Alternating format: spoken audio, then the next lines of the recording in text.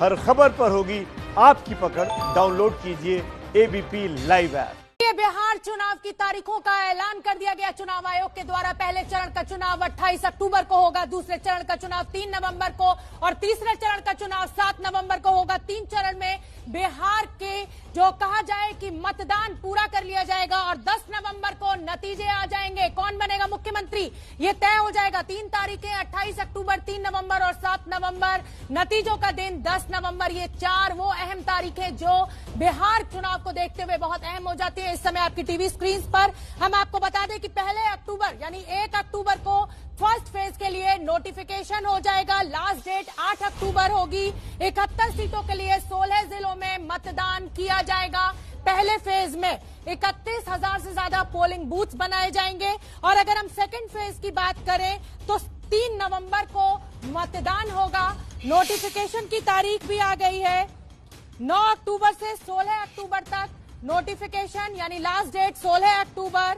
Third phase की बात करें तो 13 अक्टूबर से 20 अक्टूबर तक नोटिफिकेशन यानी अपना आप नामांकन भर सकते हैं। ऑनलाइन नामांकन भी आप भर सकते हैं। बाढ़ को नजर में रखा गया है। देखिए कोरोना काल में चलता हुआ ये सबसे ऐतिहासिक चुनाव होगा जिसकी तारीखों का ऐलान आज चुनाव आयुक्त के द्वारा कर दिया गया। चीफ इलेक्शन कमिश्नर ने जानकारी दी कि 3 फेजेस में ये चुनाव का जो मतदान है वो किया जाएगा। 10 नवंबर को नतीजे आएंगे और वो तारीखें मैं आपको फिर एक बार बता देती हूं। 28 अक्टूबर, 3 नवंबर और 7 नवंबर 3 चरण में ये चुनाव होगा।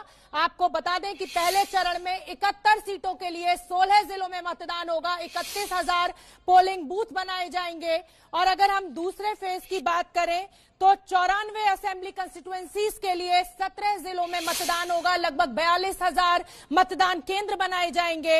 अगर हम तीसरे फेज की बात करें तो 78 असेंबली कंस्टिट्यूएंसीज के लिए विधानसभा क्षेत्र के लिए 15 जिलों में मतदान होगा। लगभग 33,500 पोलिंग बूथ बनाए जाएंगे। कुछ जिले ऐसे भी हैं जहां पर हालात को देखते हुए 2 फेजेस में इलेक्शन होगा जिसमें दरभंगा, मधुबनी, पूर्वी चंपारण, पश्चिमी चंपारण, सीतामढ़ी, मुजफ्फरपुर, वैशाली कई जिलों का नाम लिया। वो भी डिटेल्ड हम जो इंफॉर्मेशन है वो आपको दिखाएंगे। फिलहाल जो 4 अहम तारीखें बिहार को चुनाव को देखते हुए सामने आई हैं वो है 28 अक्टूबर, 3 नवंबर और 7 नवंबर और 10 नवंबर को नतीजे सामने आ जाएंगे। कौन बनेगा बिहार का मुख्यमंत्री ये तस्वीर एकदम साफ हो जाएगी। क्या अगले टर्म के लिए नीतीश कुमार तैयार हैं? ऑलरेडी 3 टर्म हो चुके हैं। निधिश्री झा हमारे साथ जुड़ रही हैं पटना से। निधिश्री झा, तारीखों का ऐलान हो चुका है। 28 अक्टूबर, 3 नवंबर, 7 नवंबर, नतीजे 10 नवंबर। जी बिल्कुल, लंबे समय से इस बात की प्रतीक्षा की जा रही थी कि आखिरकार चुनाव की तारीखों का ऐलान कब होगा और ये तो पहले से ही माना जा रहा था कि कोरोना काल में चुनाव आयोग जो है वो चुनाव कराने जा रहा है। और सबसे बड़ी बात ये है शोभना कि ये चुनाव आयोग का एक तरीके से कहा जाए तो लिटमस टेस्ट माना जा रहा है। जिस तरीके से कोरोना काल में चुनाव आयोग की तरफ से चुनाव करवाया जाएगा और जो बातें कही जा रही थी कि किस तरीके से इतने मतदाता है यहाँ पर और सबके लिए चुनाव करा पाना संभव है, तो इन सब चीजों को सिलसिलेवार तरीके से चुनाव आयोग की तरफ से जो कहा गया है, अब देखना यह है कि ये बिहार का जो विधानसभा चुनाव है कितना महंगा साबित होता है। मैं इस वक्त तेजस्वी यादव के घर के बाहर मौजूद हूँ और जिस तरीके से सुबह उन्होंने किसान बिल का विरोध किया है और ये भी साथ में कहा है कि सबसे बड़ी बात ये हमारे लिए कि हमारे पास कई मुद्दे हैं, जैसे युवाओं को रोजगार हो गया, किसानों को जो सरकार जिस तरीके से किसानों को तबाह करने की बिल लाई है, तो कई सारे मुद्दे हैं। लेकिन 15 साल बनाम 15 साल बात इसी की बार बार की जा रही है। 15 साल अगर लालू राबड़ी ने राज किया बिहार में तो नीतीश कुमार के भी 15 साल अब हो चुके हैं। तो एक तरीके से कहा जाए तो 15 साल बनाम 15 साल पर चर्चा होगा। और सबसे बड़ी बात है कि सीट शेयरिंग को लेकर के जिस तरीके से महागठबंधन में भी कुछ भी क्लियर नजर नहीं आ रहा है और दूसरी तरफ अगर एनडीए की बात करें तो वहां पर भी क्लियर नहीं है। बहरहाल अब चुनाव आयोग ने तारीखों का ऐलान कर दिया तो अब संभव है कि सीट शेयरिंग को लेकर के कुछ एक क्लियर पिक्चर जो है वो नजर आएगी। निधिश्री झा बनी रही है हमारे साथ।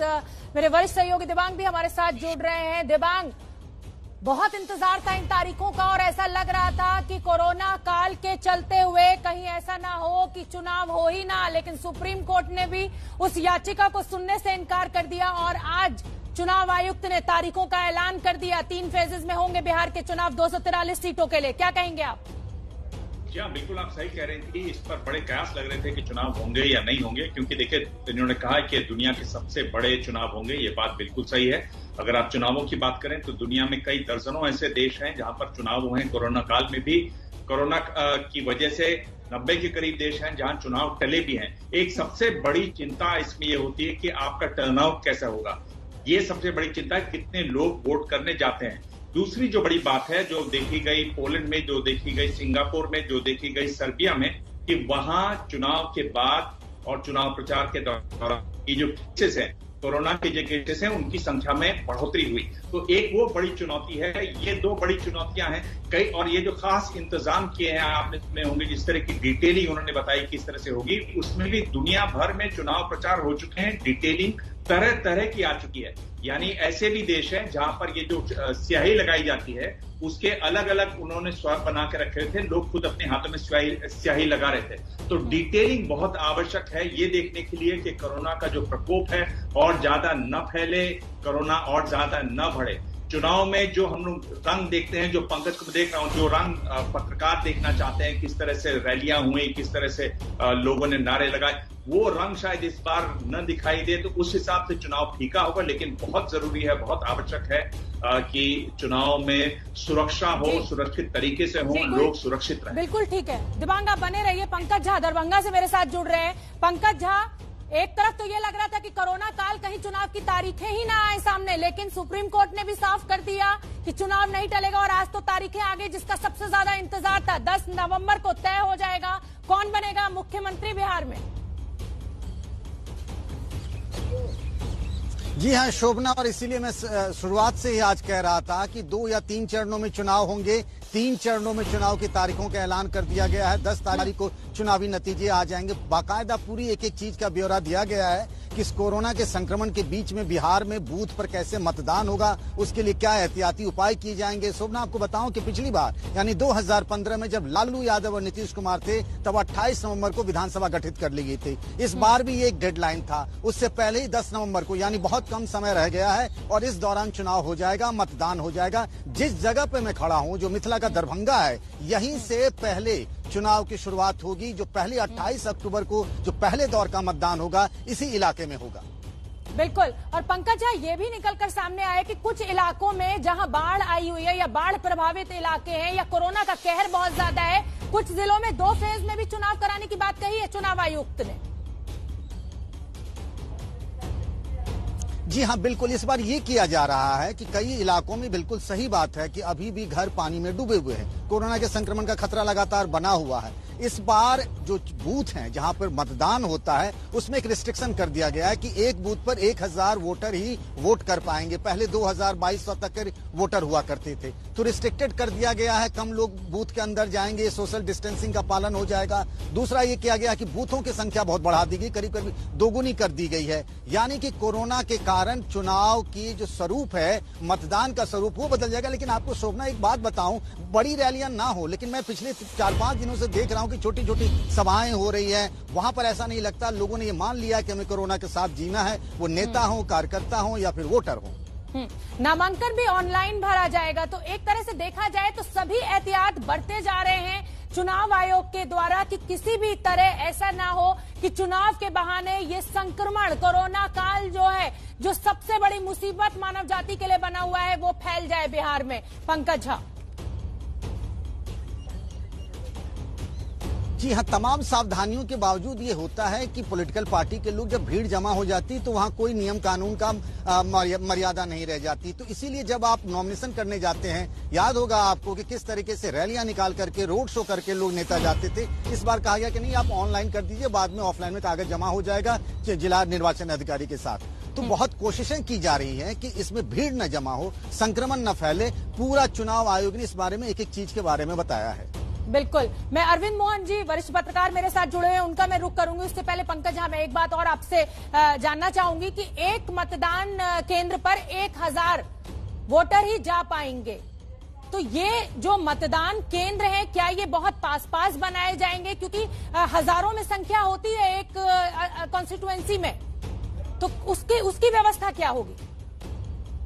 शोभना देखिए, दो बातें चुनाव आयोग ने कही है। एक जो समय है, पहले सवेरे 7 बजे से शाम 5 बजे तक पोलिंग होती थी। 1 घंटे का अतिरिक्त वक्त दिया गया है, यानी शाम 6 बजे तक लोग वोट डालेंगे। और जैसा मैंने कहा कि बूथ पर 1000 वोटर ही मतदान कर पाएंगे, ईवीएम मशीन पर अपना बटन दबा पाएंगे। वहां इसीलिए किया गया है कि लाइन में 2 गज की दूरी बनाए रखी जाएगी, वोटर कम होंगे, बगल में बूथ होगा उसमें भी दूरी बनाई जाएगी। बूथों की संख्या बढ़ा करके इस खतरे से निपटने का उपाय किया जा रहा है। बिल्कुल ठीक है। अब अरविंद मोहन का मैं रुख कर लेती हूँ। बड़ी जानकारी, पंकज झा इस समय फील्ड में मौजूद है, बिहार में मौजूद है। रोजाना तमाम जो राजनीतिक दल हैं उनका जिस तरीके से चुनाव प्रचार शुरू हो चुका है वो हमें दिखाते हैं, हम तक तस्वीरें पहुंचाते हैं। अरविंद मोहन, चाहे हम एनडीए की बात कर लें, जेडीयू, बीजेपी, एलजेपी, और चाहे हम महागठबंधन, आरजेडी, कांग्रेस, मतलब इन तमाम, अभी कंफ्यूजन की स्टेट दोनों तरफ बनी हुई है। उपेंद्र कुशवाहा पता नहीं किधर जाएंगे, चिराग पासवान पता नहीं किधर जाएंगे। अब चुनाव तारीखों का क्योंकि ऐलान हो गया है, तो क्या लग रहा है कि अब जो तस्वीर है वो साफ होगी? नहीं, तस्वीर की तो साफ होगी ही, अगर नॉमिनेशन होंगे, चुनाव होंगे, अब तारीख आ गई साफ होंगे। लेकिन अभी तक पॉलिटिकली कोई बहुत साफ तस्वीर नहीं बनी है। और ये तस्वीर एनडीए की तरफ भी और यूपीए की तरफ भी, और पॉसिबल है कि कोई तीसरा फ्रंट बने, उसके अभी सब फ्लूइड है। तो चुनाव भी मैं मानता हूं कि फ्लूइड है। और 15 साल बनाम 15 साल की लड़ाई अगर होनी है तो उसमें हमारे भी साथ, हाँ मैं आपको रोक रही हूँ, हमारे साथ अश्विनी चौबे जी जुड़ गए, केंद्रीय मंत्री अश्विनी चौबे जी। तारीखों का ऐलान कर दिया गया है, इसी का इंतजार था, लेकिन अभी भी तस्वीर कुछ साफ नहीं है। क्या आपके साथ चिराग पासवान आ रहे हैं या नहीं आ रहे हैं? देखिए, पहली बात तो बिहार में अब न जातिवाद चलेगा न परिवारवाद चलेगा। बिहार में केवल विकासवाद चल रहा है, विकासवाद आगे चलेगा। अब बिहार जाति से ऊपर उठ चुका है, धर्म से ऊपर उठ चुका है, केवल और केवल सुशासन और विकास, इसी के मुद्दे पे आगे चल रहा है, इसी पे आगे चलता रहेगा। दोबारा फिर से सरकार बनेगी, एनडीए की सरकार बनेगी, स्पष्ट बहुमत से बनेगी, इसमें कोई दो राय है नहीं है। जनता खुश है, जनता सेवा का मौका पहले भी दिया और आज भी देना चाहती है, आगे भी देगी। अश्विनी चौबे जी, लालू राबड़ी के 15 साल और अब नीतीश कुमार के 15 साल, मुकाबला एकदम सीधा सीधा है। आप कह रहे हैं जात पात पे वोट नहीं पड़ेगा, लेकिन जन्नत की हकीकत आप भी जानते हैं, और इसीलिए तमाम जो गठजोड़ आपकी तरफ से किए जा रहे हैं वो साफ हैं सबको। गठजोड़ कोई नए नहीं, सारे हमारे एनडीए के अंग रहे, एनडीए के साथ रहे, एनडीए के साथ काम करते रहे हैं। क्यों जीतन राम मांझी को आप ले आए? जीतन राम मांझी को दोबारा एक्सेप्ट कर लिया जेडीयू ने? मैंने आपको बताया ना कि विषय केवल ये है कि अब बिहार में क्या दोबारा फिर से वही जंगल राज कायम होगा? क्या बिहार में दोबारा फिर से वही जातिवाद चलेगा? क्या बिहार में फिर से वही लूट करना शुरू होगी? क्या बिहार में जो एक माहौल 15 साल में क्रिएट किया गया वो आगे नहीं बढ़ना चाहिए? तो जनता ये जानती है कि पहले वो जनता देख चुकी है कि किस तरीके से बिहार में लूट मार, जाति, धर्म, भाषा, इस तरीके से लोगों को भड़काया गया। बिहार का पूरा विकास खत्म कर दिया गया था, बिहार का जो समृद्धि है वो गायब हो गई थी। चलिए वो तो साफ हो जाएगा। देखिए 10 नवंबर को जब नतीजे आएंगे तो ये साफ हो जाएगा कि नीतीश सरकार ने पिछले 15 सालों में किस तरह का विकास किया, जनता का मूड क्या है, और इसी के लिए हमारी खास कवरेज कौन बनेगा मुख्यमंत्री लगातार हम आप तक पहुंचाते हैं, 4 बजे से लेकर 5 बजे तक और 6:30 बजे से 7 बजे तक लेकर। और अब 3 चरण के, क्योंकि चुनावों की तारीखों का ऐलान हो गया है, 10 नवंबर को नतीजे आ जाएंगे। दिबांग का मैं रुख कर लेती हूँ। प्रेम शुक्ला भी बीजेपी के नेता हमारे साथ जुड़े हुए हैं। दिबांग, प्रेम शुक्ला के पास जाऊं उससे पहले मैं आपसे जानना चाहूंगी, जिस तरीके की राजनीतिक खींचतान चल रही है, ये दावा किया जा रहा है कि इस बार जाति और धर्म के नाम पर चुनाव नहीं होगा, कैसे आंक रहे हैं आप? हर बार किया जाता है, लेकिन जब नेता लोग बैठ के अपने टिकट बांटते हैं, जब गठबंधन की बात करते हैं, तो इसमें इस दावे के उलट काम होता है। ये हम जानते हैं, ये कोई छुपी हुई बात नहीं है, ये एक खुली हुई बात है। एक बात जो मैं कहना चाहता था कि आपने पिछली बार चुनाव 5 चरण में कराए थे, इस बार आप केवल 3 चरण में करा रहे हैं। कोविड का मामला है, आपने वोटिंग आवर्स बढ़ा दिए हैं, आपने नंबर कम कर दिए हैं। मैं ये उम्मीद कर रहा था कि जो चुनाव है वो ज्यादा चरणों में होंगे, एक बात वो है। पर अब आपका जो सवाल है, आप ये देखिए कि जिस तरह की खींचतान मची हुई थी एलजेपी को लेकर, पासवान की पार्टी को लेकर, उसका एक तरीके से इलाज ढूंढा है नीतीश कुमार ने जीतन राम मांझी को ला। तो क्या वो साथ रहेंगे नहीं रहेंगे वो एक बात है। अगर आप दूसरा गठबंधन देखें जो तेजस्वी यादव का है, आरजेडी का जो गठबंधन है, वहां भी खींचतानबाजी हुए, सानी साथ रहेंगे या नहीं रहेंगे, वो कुछ और तो नहीं टटोल रहे हैं। तो अलग अलग जितने नेता हैं, चुनाव जब भी होता है ये इस तरह की पार्टियां हैं, कुछ ही पार्टियां हैं जो एक दूसरे पे नहीं जाएंगी, यानी आरजेडी जो है वो नहीं साथ बैठेगी बीजेपी के, वरना सभी दल वहां ऐसे हैं जो एक दूसरे के साथ चले जाते हैं। तो उससे पहले मान मनोबल होती है, एक दूसरे को तौलते हैं, और ये जो नाराजगी भरी जो आप देख रहे हैं, जो पासवान की पार्टी में देख रहे हैं, इस तरह के बयान आते हैं, बड़े तीखे बयान आते हैं। एडवर्टीजमेंट भी उनका आपने देखा होगा, पूरे पेज का एडवर्टीजमेंट लोजपा ने जारी किया था।